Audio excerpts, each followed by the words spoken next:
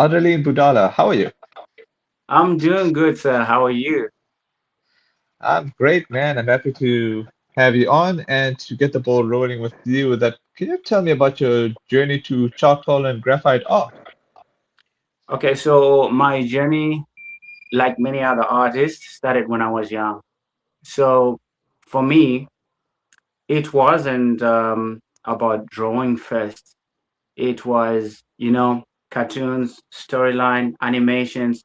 Because as a young kid, when I look at cartoons or a picture of a cartoon, I would always wonder like, okay, wow, a human being created this and gave it life through animation. So that process, I was always fascinated by that process. And then what happened is that I picked up a pencil and I tried to like, okay, I want to create something of my own as well, And I was always sketching down things like that. But then in grade four, I met two guys that were really good in drawing at their level, and I was motivated to keep on going. But then, okay, so I was always doing these comic characters. That's the thing that I was fascinated about. I was hoping to get into the industry of comics, Dragon Ball Z when you're sketching those Superman and everything. That's what I was hoping for. And then as I grew older, I started to be fascinated by the fact that I need to copy this thing accurately.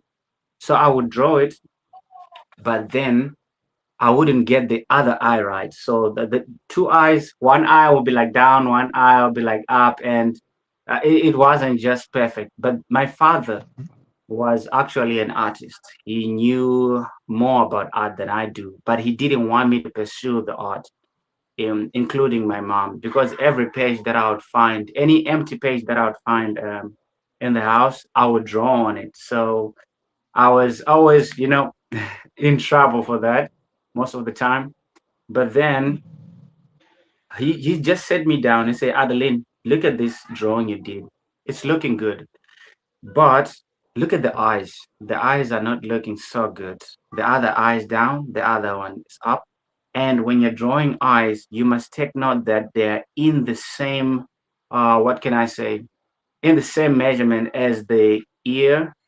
So I started to take note and I started to look at all the manga, the anime characters, and realize that they are following the same principle.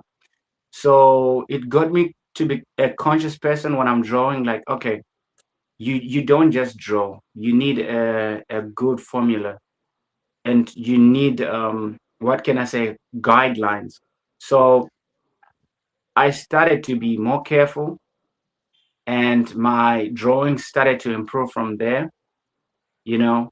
But then fast forward to secondary when I was 18 years old, 18, 19, 20, there, somewhere there. I met a guy called Liberty Shooter. He does wildlife and he's so perfect. He's actually selling, he's doing big things. And I'm like, wow, he's using charcoal pencil. Okay, I want to try that and see where I can go. And from that moment onwards, I just started working on my realism and it got better and better until to the position that I am now. It's been quite a journey. Awesome. What did your family or friends think in the beginning? No, my my family, especially my mother and father, didn't like it. But Oh, my sister and other people that are not my mom and my father, they were saying, no, that's pretty cool. It's amazing what you're doing. They are the only ones that were thinking that this looks good. awesome. Okay, I have a comment question for you here that's kind of similar to my next question. Are you okay if I open it for you now? No, it's okay. Cool. All right. This is from Jitin Rishika. Hi, Adeline. Which is your favorite painting and your much admired artist? Okay, so there is one artist here in South Africa. His name is Jonah Dry. He stays in Cape Town, and he's so amazing.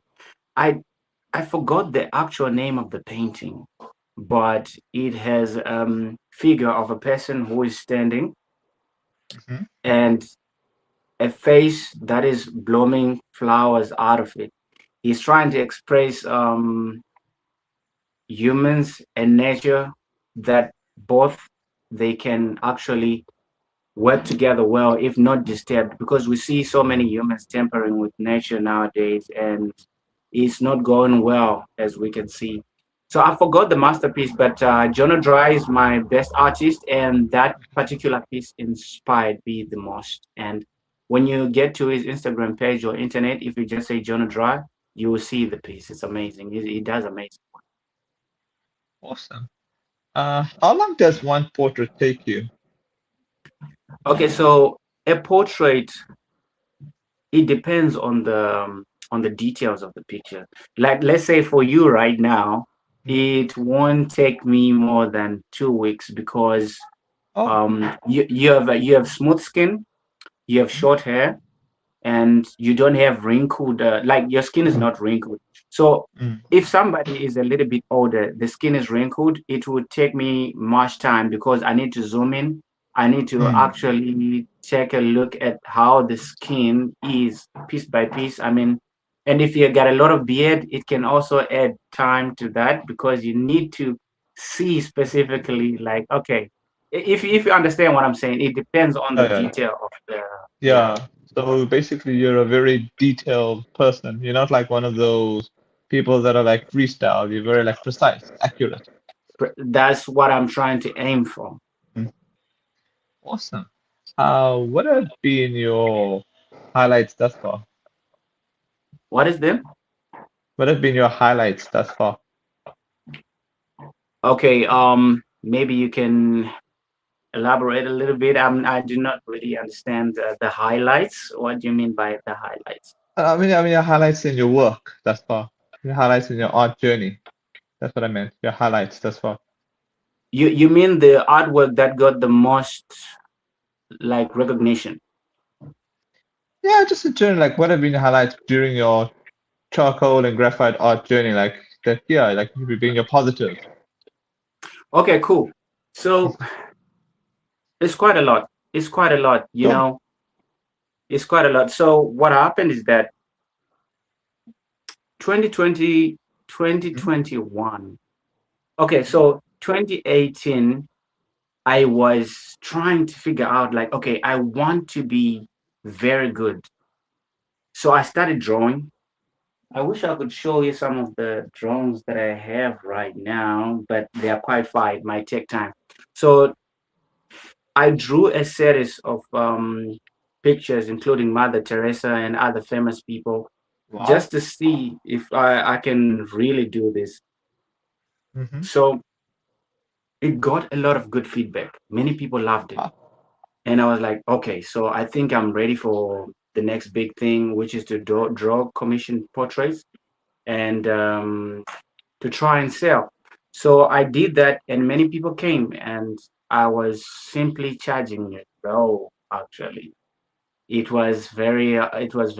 I didn't know much about the pricing world in art, so I was playing myself down. But what I like about it is that it got a lot of recognition. Many people liked it.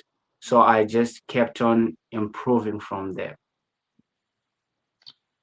Have you drawn any international, like, wasn't international, but have you like drawn any politicians? I've never drawn a politician before, Hmm. except an ancient Greek ruler, which was Hmm. Julius Caesar. Wow. Cool. What have been have you had any lowlights along the way? Yeah, of course, of course.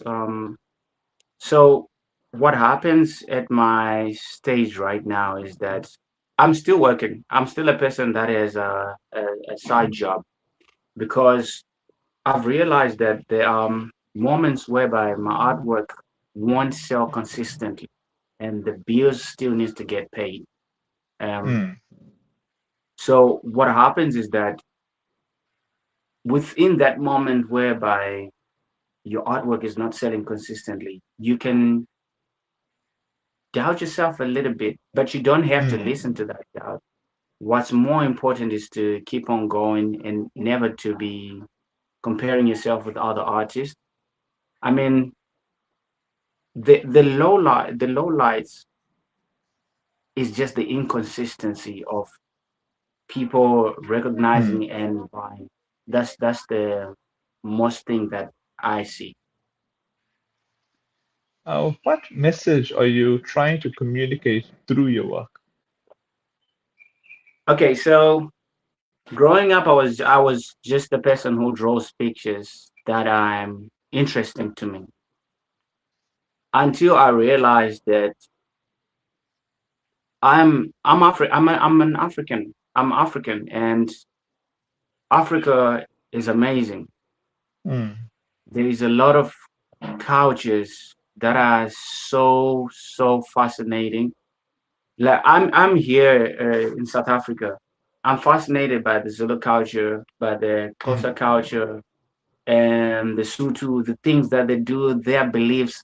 So when I raise my head to look at other neighboring countries, it could be Namibia, it could be Mozambique, it could be Malawi, you find that their real identity, their tradition, have fascinating beliefs and things that they do, you know, which makes their society work.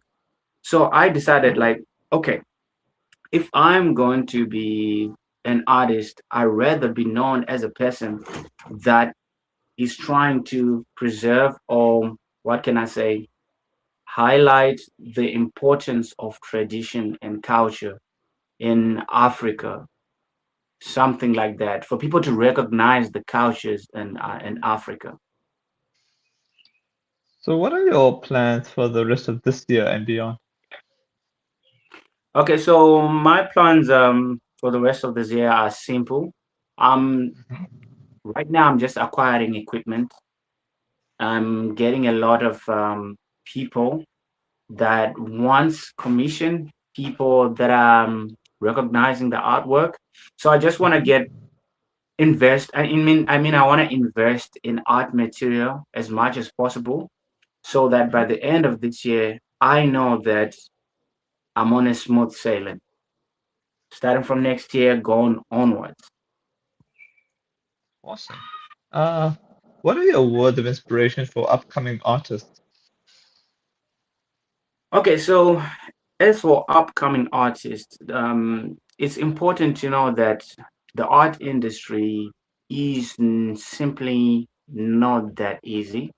You need to work hard, and you need to focus more on producing so that the quality of the art can increase.